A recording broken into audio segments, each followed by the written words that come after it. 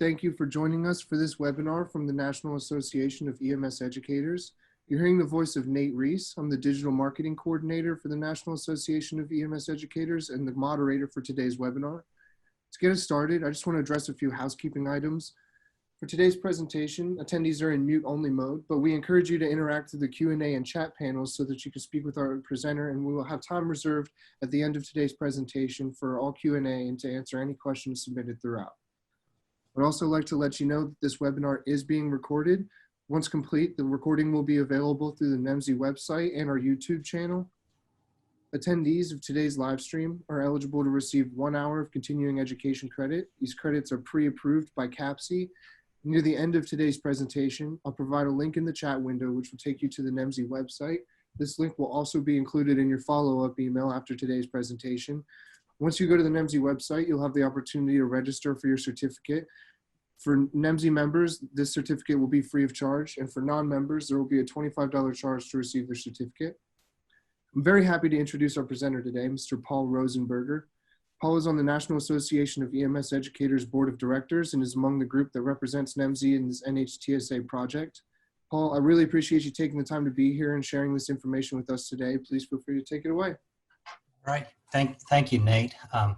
Glad to be here and glad to be presenting on the topic. I do want to start with really a spoiler alert. The spoiler alert is this, and I'm probably stating the obvious, but right now the project is on hold. And the rationale behind that is because in early 2020, I'm sorry, the EMS focus shifted from the education standards and many other projects to the COVID-19 response. And in March, the team and the sponsors of the project, which is Red Flash, NHTSA, HRSA, NHTSA, and the EMS for Children, and the team itself was really concerned about the focus of the EMS community for this particular project. And we worry about the commitment and the ability for everybody to provide feedback on this project. And so we felt like it was probably best to just go ahead and stall the project until the focus could come off of COVID and come back to the project. And unfortunately, I don't know when that's going to occur. But anyways, so the project currently is on hold, and we just really didn't want to make this project a secondary project. And so we just felt like it was better to delay the project when the focus could come back to it. So the slide that's up right now introduces the leadership of the project. And so as you see here, the leader of this, the project director, is Brian Erickson, who is also the president of NHTSA. The co-chairs of the team are myself and Art Sia. And so Art is in California, myself and Brian are here in Texas. One of probably the most important things in the presentation today is this email address down below. And if you want more information or you want to send comments or suggestions to the team, this is the email address that the information needs to be directed to. So it's educationstandards@redflashgroup.com.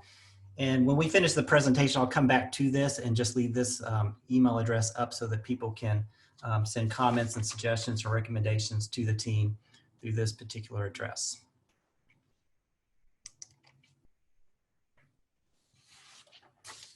So in the early 1970s, at the advent of today's EMS system, a few standards existed to define the scope of practice and the education of EMS practitioners. But as the profession evolved, so did the EMS education standards. By the end of the decade, the national standard curricula for EMTs and paramedics were developed and published by NHTSA. These curricula were adopted and revised throughout the 1980s and the 1990s, and clearly spelling out exactly what should be taught to new EMS practitioners. In 1996, the EMS Education Agenda for the Future was released. This was a consensus document that was developed with funding from NHTSA and the Health Resources Services Administration, which is home to EMS for Children.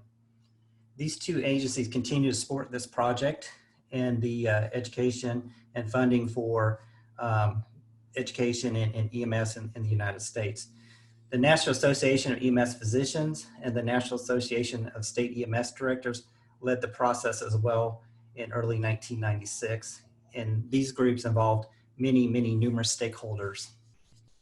In 2000, NHTSA published the EMS Education Agenda for the Future, a systems approach, which outlined a vision for the future of EMS education that's based on sound education principles and research.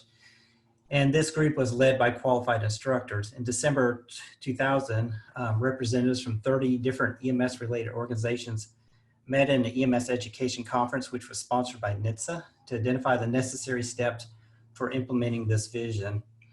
Over the next decade, the EMS community, with support from NHTSA, HRSA, and their federal partners, developed several landmark documents that have shaped EMS education and the profession as a whole, including the National EMS Scope of Practice Model, first published in 2006. And then the previous version, or the current version, which was published in 2009, the original National EMS Education Standards. Overall, the agenda produced 5 different components to the system, including the scope of practice, which is a description of the knowledge of entry-level knowledge for skills for providers at the EMR, the EMT, the AEMT, and the paramedic level. Later, the document also identified the need for core content, as well as a national EMS certification and the need for a national EMS education program accreditation. So from this document, we got those 5 different areas for EMS education. So one of the biggest concerns, misunderstandings that we've experienced in the current project is really defining what is an education standard and what is a curriculum and what is an instructional guideline. And so I'd like to take a few minutes here and go ahead and just kind of define what these terms are and what these are. So first, education standards are learning goals, a common set of expectations or a description of desired knowledge that apprentice should possess at critical points at his or her educational career. In the case of EMS, this would be at the end of a specific level of education. So for instance, at the end of an EMR course or an EMT course or an AEMT course or a paramedic course. The term education is clearly defined in the 2019 National EMS Scope of Practice Model. And we're going to come back to that concept here in a few slides. But really what we're talking about here is the education component of EMS providers in the United States. An education standard defines or explains the knowledge, the concepts, and the skills that a student should acquire at each level of an education. Education standards do not prescribe any teaching practice or assessment method. These standards are generally aimed at entry-level competency for a given workforce.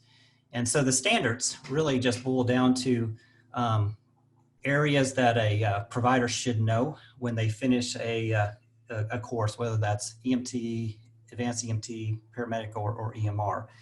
And that level of competency is only at entry level. Education standards have common attributes. They define subject areas, learning progression, educational goals. These things are typically found in a standard. The content of educational standards can be general, which is what we're trying to do, or they can be prescriptive in nature. For non-prescriptive standards, the advantages include increased teacher autonomy, increased instructional flexibility, and increased responsiveness to student learning. The advantage of prescriptive educational standards is improved educational consistency, protection from societal harm that may result from low educational expectations or low quality instructions. In some cases, prescriptive educational standards have been labeled as burdensome and not desired. Education standards are not a curriculum. A curriculum is a detailed plan for day-to-day instruction and evaluation. The local EMS educators and the community choose their own curriculum based on local needs, accreditation standards, and regulatory rules. which tend to be state or regionally defined. Curricular content and learning processes should be resolved at the local level through implementation and feedback. And decisions on curriculum implementation are based on local situations, student needs, and the available resources at a given program. So to illustrate that a little bit better, we want to compare and contrast the difference between an education standard and a curriculum. So the education standards define what is the content that an EMR, an EMT, an AMT, or a paramedic need to know at the end of a given course. Typically, these standards are defined at a national or a state level, and so they tend to be very broad, very general, and they typically are found in an outline format. Whereas a curriculum really is written by a program. So it defines how are we going to teach on a given topic, and that is narrowed down at the local level at the community college or the private training entity or wherever it is that these students are learning EMS information. And curriculum tends to be a little bit more detailed in a more detailed format. So the question here is, how is curriculum influenced? What is the inputs into developing curriculum? And so here you'll see a whole lot of things, a lot of busyness going on here, but let's kind of hit it and illustrate a little bit. Local EMS educators and the local communities select and create curricula based on a multitude of curriculum influencers. These influencers can also be strong mechanisms for educational accountability.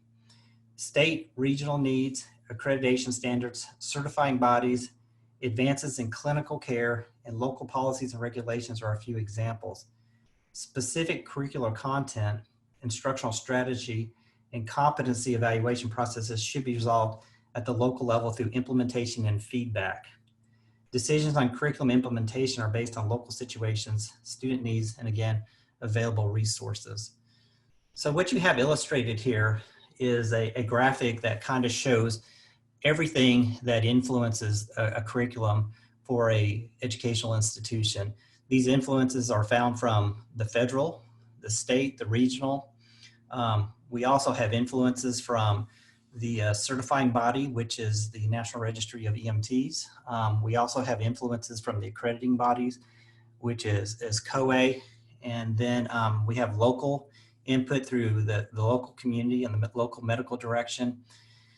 And of course, involved in this as well is the advances in EMS, advances in technology, advances in evidence-based medicine, and then just advances in where we know there's a best practice out there. And so all of this contributes to the development of a curriculum, but all of this also contributes to the accountability of an educational program to put on a program that fits the needs of the local, the state, and the national communities.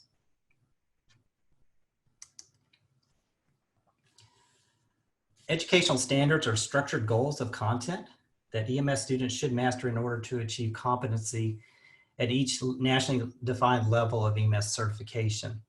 These standards are designed to help to ensure that students are competent EMS practitioners when they complete a program and that they're prepared to pass their certification examinations. They are intentionally broad to allow for the incorporation of evidence-based changes and to permit diverse presentation methods. The related instructional guidelines were not considered part of the original project in 2009, but they are a companion document. They provide guidance to instructors, regulators, and publishers regarding the content that may be included within each area of the standard. The original instructional guidelines were not intended to be all-inclusive. They do not comprise a curriculum, and they were not intended to be adopted by the states. And so on this slide, what you see is the standard. If you go to the current document, the 2009 document, the standard is the content that's written in yellow. And when you look at it, it'll have a very broad statement as to what we're trying to accomplish as EMS educators in a given topic area. Below the yellow, you will find blue. And in the blue is a little bit of an elaboration of what that competency is. So it gets a little bit more specific. And then as you move through the document, move into the back sections of the document, you see information written in green, and this describes the clinical behaviors and judgments that an EMS practitioner should have. And then later on in a white section, it defines what that infrastructure should look like for EMR, EMT, AMT, and paramedic. So again, what is an instructional guideline? The existing instructional guidelines are really just a document to support the education standards so that program directors, regulators, publishers, and instructors can go into that document and kind of get a deeper understanding of what that content is for the education standard itself. These are useful for all these different parties to develop a curriculum. So is the project national in scope or is it state driven? Well, the federal government is funding the revision of the National EMS Education Standards, which are truly national in scope. The regulatory authority to oversee EMS practice remains with the states. The EMS Education Standards have been used to develop curricula at both the state and national levels. Having a process that brings experts and stakeholders together at a national level ensures that states, educators, and others have a consensus and evidence-based resource that supports efforts to educate EMS practitioners. This process also helps to create a level of consistency across the nation while still allowing states and local communities to meet the specific needs of their agencies and their communities. So the project is both. To answer the question, the project certainly is national in scope, but it is also state-driven and regulated at the state level. So the big question is, what is driving the revision of the education standards?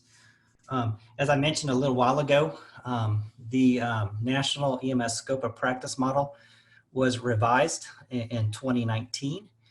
And when you look at this document, it defines the skill sets of EMRs, EMTs, AMTs, and paramedics. So the recently released 2019 National EMS Scope of Practice model assembled experts to evaluate the scope of EMS practice for each of the 4 national levels. They evaluated and determined what each level can and should be doing within the scope of their job definition.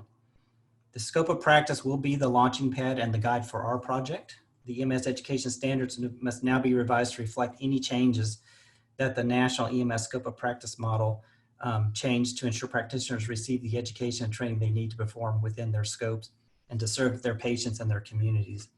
The revision of the National EMS Scope of Practice model and the National EMS Education Standards are naturally interrelated as one informs the other. So in a nutshell, this is the document that is driving the changes that we are making. Our process is to revise the education standards to match this release of this document, the National EMS Scope of Practice, which was released in 2019. So this is what we're referencing to make the education match. There are other things that have also influenced the project. The work of the EMS Agenda 2050 group has certainly enlightened us as to what that vision of EMS will be for the next 30 years. And so we've had their technical expert panel people make presentation to us so that we understand what that vision was for the next 30 years. We are also considering technology. We are also considering best practices, and we're also considering the evidence-based medicine that's out there to date. So to answer your questions, what's driving the change, the revisions to the standards? It's certainly the scope of practice model. It's the work of the EMS Agenda 2050 team, technology, best practices, and evidence-based medicine. What's not listed here is we're also getting a lot of feedback from the public, from EMS educators and EMS stakeholders. So what are the goals of the project? The first version of the EMS Education Standards was released in 2009. The existing standards have helped educators, again, certifying bodies and regulators ensure that the EMS clinicians at all levels receive an education that prepares them to perform to the very best of their abilities. This document now is more than a decade old, and the standards require an update to ensure that they match the 2019 release of the National EMS Scope of Practice model, which reflects current evidence-based medicine and best practices. The revised EMS education standards will define the competencies, the clinical behaviors, and the judgments that an entry-level personnel must have to meet practice guidelines defined in the updated scope of practice model. As the revised standards, as well as the revised standards will address the minimal competency levels, EMS education programs should continue to educate beyond these standards to meet the local needs of the local community. Like the 2009 edition, these EMS standards will address the 4 national levels of EMS certification. They will not include requirements for specialty certifications, nor will they address degree requirements, the nomenclature of EMS clinicians. The goal of the project is to align EMS education with the needs of the patients and the newly revised scope of practice model, and not completely overhaul the education standards to make education EMS educators burdensome. So the scope of practice document clearly defines 4 domains of certification and licensure and the role of EMS providers. These are the 4 domains. The first one is education, and the education domain is the work that is done by the community colleges, the universities, the private educational institutions in the nation. And so the education domain is really when a person enrolls into a program and they finish that program and they meet all the requirements of the program to go on to the next step. And that next step is certification. In most states, the certification domain or that bubble is national registry. So these students come to us, they become educated, we then release them, they move on to national registry, and they then take a test. In some places it's a state test, and they become certified. And so the state or the national registry certifies that that person is competent in that domain or that level of provider. So that's EMT, paramedic, or EMR. When they satisfy that, they then go on to the state and they apply for licensure. And then at that point, the state gives them a license to perform at that provider level that they were certified and educated on. After they gain licensure, they are then able to go on to credentialing. And that is a role of the local EMS medical director as well as those EMS operators, whether that's fire-based EMS or third city-based EMS or hospital-based or county-based or whatever the delivery model is. But the credentialing is the final step, and that person becomes credentialed to operate in a particular system and understand the protocols or the clinical practice guidelines of that particular organization. They learn how to use the equipment of that particular organization, and they learn the philosophy of a given operation. So all that to say is our focus is on the education domain. And then the student then becomes certified after passing a certification type examination. And after they do that, they apply for licensure. And then ultimately, when they go to work for an operator or a provider, they then become credentialed.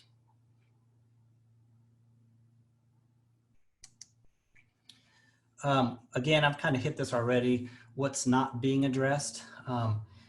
Being that specialty certifications is beyond the education bubble, that would be more of a credentialing role. So for perhaps an organization wants all their providers to have a certification in ACLS or BLS or PHTLS or ITLS, that would be more in that credentialing bubble.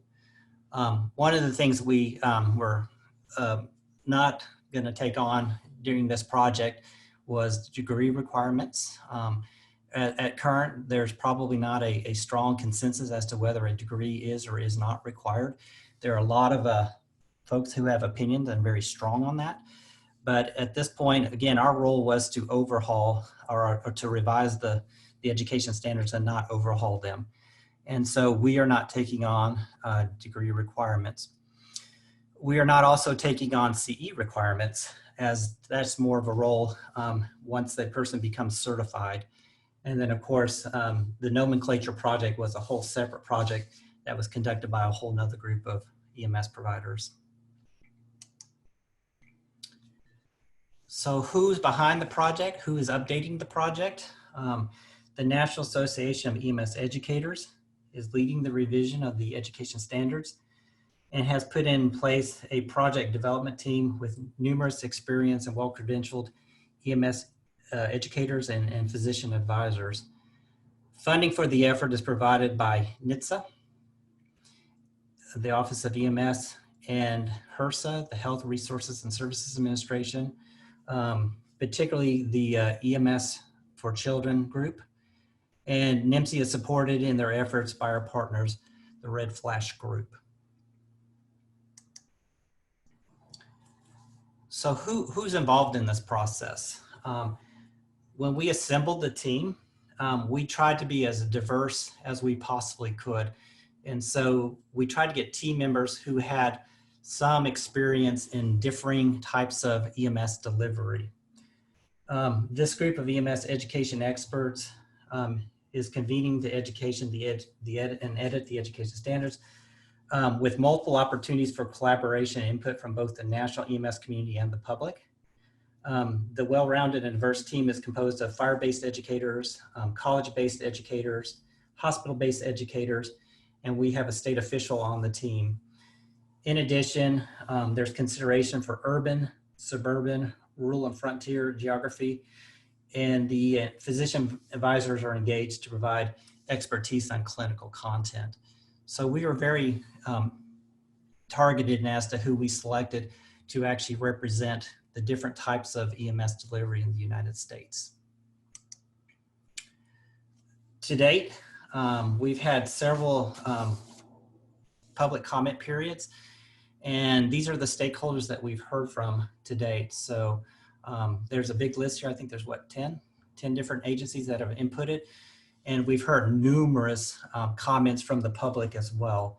And so we have lots of EMS stakeholders inputting and giving us feedback on the document itself, as well as the public and individuals and educators. So who's on the team?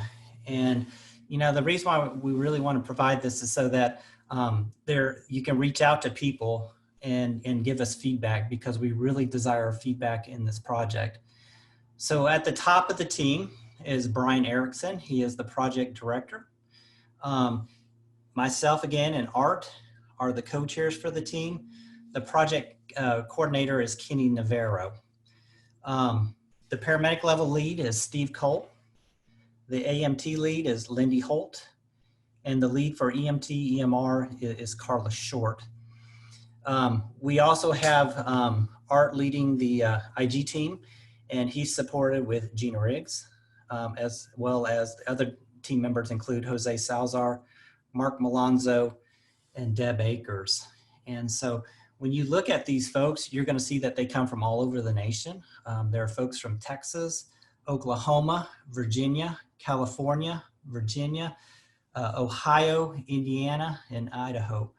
And so again, just lots of representation of all across the nation. We also have physician advisors. Our advisors are Dr. Josh Stilley, who is a medical director out of the state of Missouri, and Kate Remick, who is a medical director in Texas. And she's also a very active member with EMSC, and she is also a pediatrician. We also have input coming from stakeholder organizations and the EMS community. And then as we need content experts, we enlist them to give us feedback on some of the things that we've considered. So I think we tried our best to represent all different types of EMS providers, organizations. We tried to enlist and reach out all across the nation. We tried to be as diverse in this particular team as we possibly could.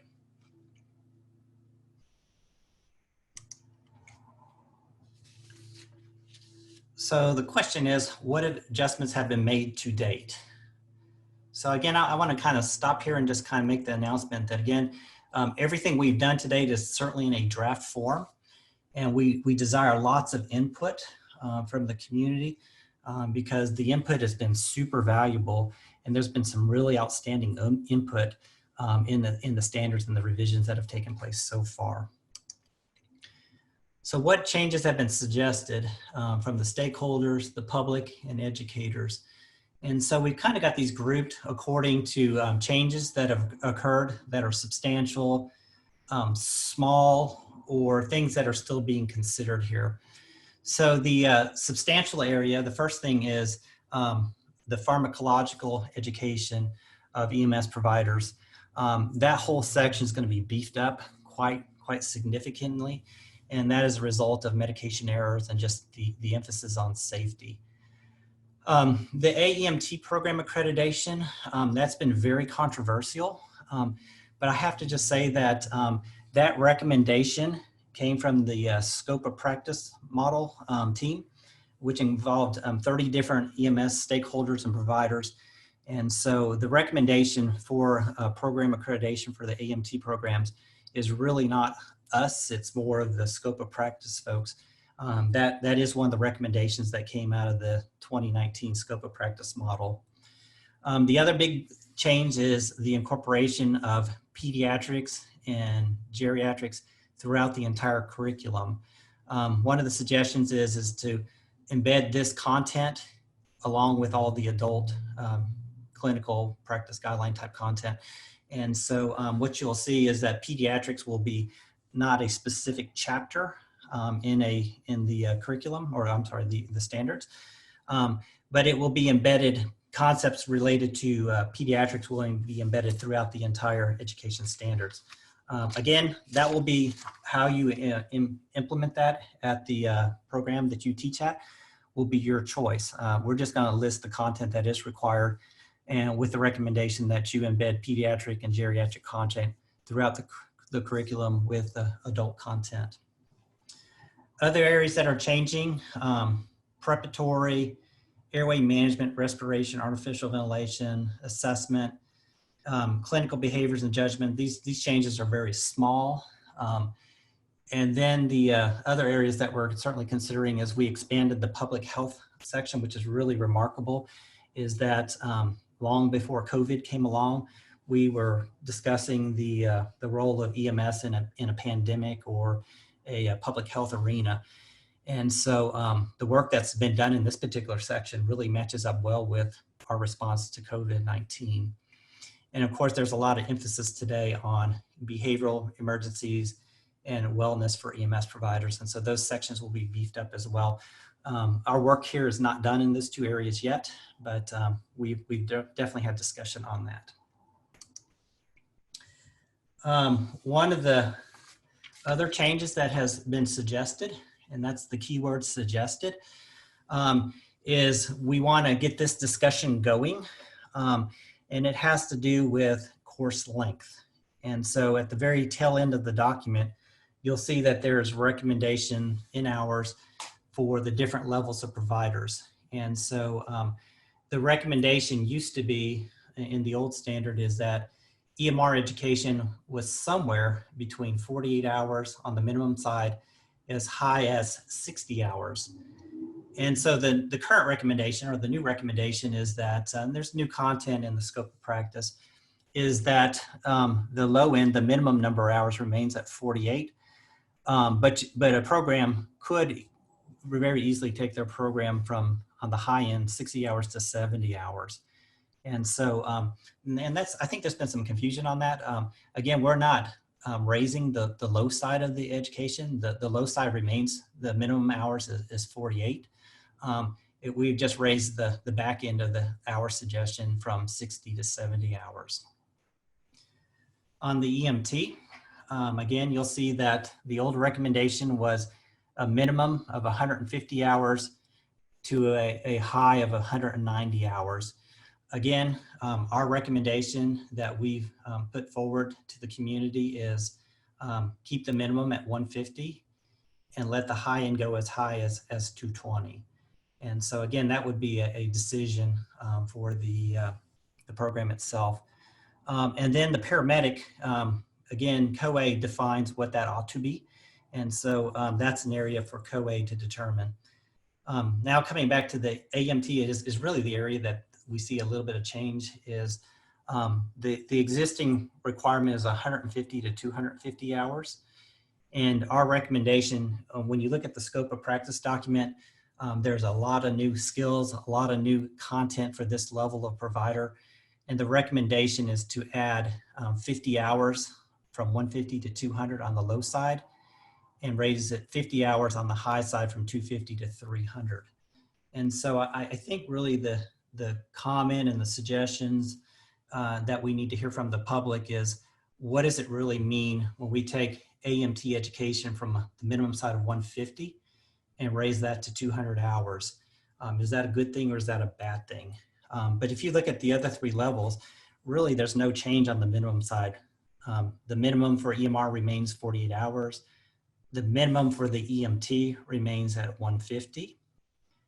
And again, COA is setting the standards for the paramedic. So the only significant change here is moving AMT from 150 hours to 200 hours. And if the programs want to extend their courses further, then they certainly can and should do that.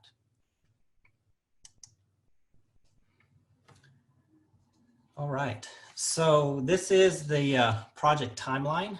You can see that we really got after it in 2019 and did a whole lot of work in 2019. We then turned the corner and went into 2020.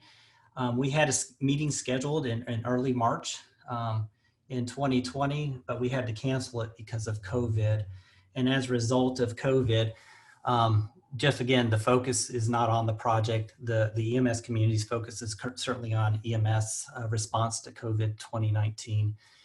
And so the stakeholders and the team members felt like it was time to delay the project and just kind of put it on hold until we had a path forward. And so that's kind of where we are in the timeline today. We've done a good bit of work. There's still a lot of work to be done, but currently the project is on hold. So the question here, in the future, how frequently should updates to the EMS education standards occur? And this is a topic that the project development team has discussed and seeks input from the EMS community. But we think with the rapid pace of change in science and technology and other factors, that waiting 10 years to change the education standards for EMS is probably too long, and a shorter time span probably should be sought out, and perhaps that time span should be every 5 years. But again, that's just at a discussion level. In the future, how will the scope of practice model, education standards, instructor guidelines be kept current? Again, this topic is seeking feedback, public feedback and recommendations as to how quickly and how timely and how often we should change these standards.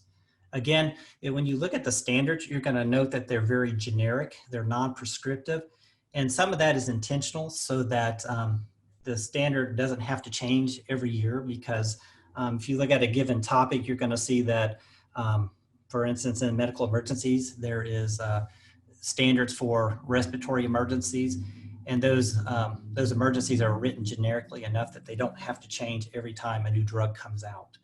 And so that is certainly one of the advantages of being non-prescriptive. How will I have an opportunity to provide feedback or input during the process?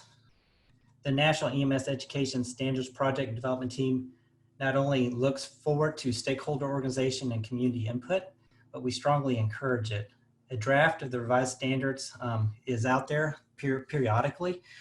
They will be back out there very soon when the project starts back up, introducing some of the changes that we're discussing today.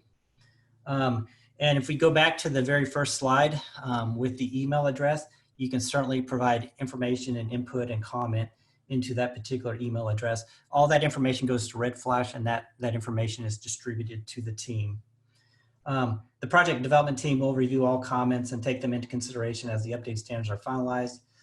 You can follow the project online at ems.gov.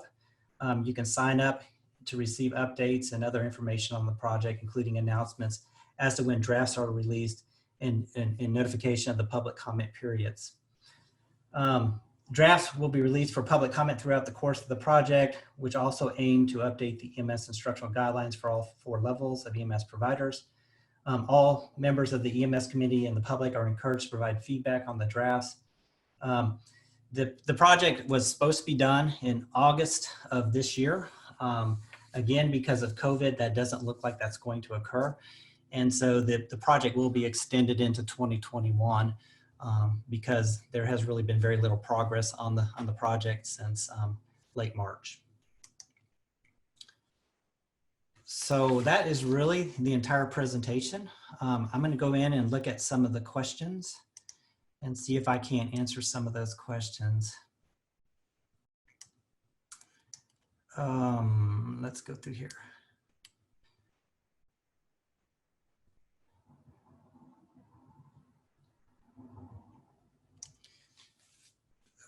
Okay, very few comments. So the first question I come across here says, is an AAS degree going to be required for a graduate as a paramedic graduate? Again, we are not taking on the degree requirement piece. At this point, our project or our goals are to revise the education standards so that they match the scope of practice model. And we're considering the evidence, we're considering technology, best known practices and all those kind of things. But we are not having any discussions on degree requirements in this project. The next question, has NHTSA given input? I see there are a couple on the development team. The answer to that is yes. Every member of the team is a NHTSA member. We have presented this at last year's symposium. And again, today we're doing this as part of a webinar. And so, yes, we are definitely seeking input from NHTSA membership because this is an education project and we are the organization for EMS educators. If EMS education is to focus on outcomes, why do we still suggest hours? The answer to that is the states are requiring us to establish hour requirements for each of the levels. And so again, these are recommendations to the states. This is a best guess as to what one of those programs ought to cover. So time-wise. So again, if you look at those timeframes, they're very broad. And so a school really needs to decide what is the hours that they need for an EMT course, an EMR course, or an AMT course. And of course, that needs to be developed in conjunction with their state agency and their local community. Is there an anticipated date to resume the project? The truth of it is we had a very big meeting last week. We're having a second meeting this week with NHTSA, and we're trying to establish timelines to finish the project. So the timeline is not established as of today, but I suspect we'll have one probably in the next week or two. How does the team plan to address international English-speaking countries' differences in scope of practice? I don't really understand the question, but the project is defining EMS education in America. And so, again, we're working off the National EMS Scope of Practice model, EMS Agenda 2050, technology, advances EMS, those kind of things. And so with all that information out there, that's what we're trying to do. Oh, okay, really good question here. Any guidelines, recommendations for distance learning, online considerations for practical skills? I know there's a document that came out from NHTSA just this week with some really great recommendations and suggestions for that. This is Spencer, I guess it's Camara. I'll have to get you the answer. If you can email NHTSA, I can get that information to you because I don't know the answer to that yet. I know that NHTSA has put on a ton of webinars with these very topics about distance learning, online considerations, and how do you do skills in this current day environment. Um, we are considering all those aspects of education. Oh, there it is. Nate put it up for you. And so we are considering, what's the role of simulation? What's the role of scenarios? What's the role of didactic and all that kind of stuff? And we were beginning those discussions when COVID hit. So there's a lot of team members that have assignments in those areas, but that information has not been brought back to the larger team at this moment. And I think that answers all the questions on the chat line. So Nate. Yeah, thank you very much for the presentation. I really appreciate you giving us some insight into this process. I am sending, as I speak, the CEU registration link so that people can find that on NEMSI's website. The follow-up email that goes out tomorrow will include all of the information and resources that were referenced in this presentation. So it'll have educational standards at redflashgroup.com, the email for everybody to send their questions and comments in. Regarding this process, I'll also include links to our document that we just referenced that I sent the link in the chat to, the CEU registration link. All of that information will be provided in that email. And we really encourage everybody to utilize these resources and reach out to this group, because it really is a group effort and they're looking for insight from everybody else from the community. So. Yeah, and Nate, can I add to that? I think we really want to hear from the educators because the educators know what needs to be in these standards and what doesn't need to be in these standards. But again, we spent a lot of time on defining what curriculum is and what education standards are. And so the document that you're going to see is going to be very non-prescriptive. It's going to be very generic.